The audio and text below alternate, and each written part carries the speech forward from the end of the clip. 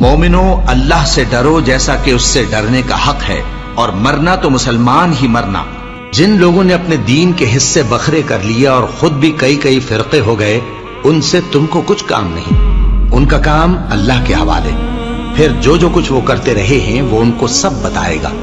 مومنو اسی اللہ کی طرف رجوع کیے رہو اور اس سے ڈرتے رہو، اور نماز قائم کرتے رہو، اور مشرکوں میں نہ ہونا، اور نہ ان لوگوں میں ہونا جنہوں نے اپنے دین کو ٹکڑے ٹکڑے کر دیا اور خود بھی فرقے ہو گئے۔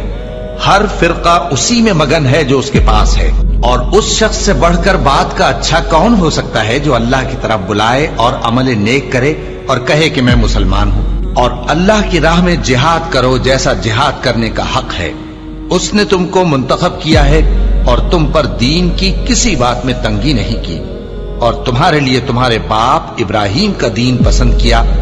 اسی اللہ نے پہلے یعنی پہلی کتابوں میں تمہارا نام مسلم رکھا تھا، اور اس کتاب میں بھی وہی نام رکھا ہے۔ تو جہاد کرو تاکہ پیغمبر تمہارے بارے میں گواہ ہوں اور تم لوگوں کے مقابلے میں گواہ رہو۔ سو مسلمانوں، نماز قائم کرو اور زکات دو، اور اللہ کے دین کی رسی کو پکڑے رہو، وہی تمہارا دوست ہے۔ سو وہ کیا خوب دوست ہے اور کیا خوب مددگار ہے۔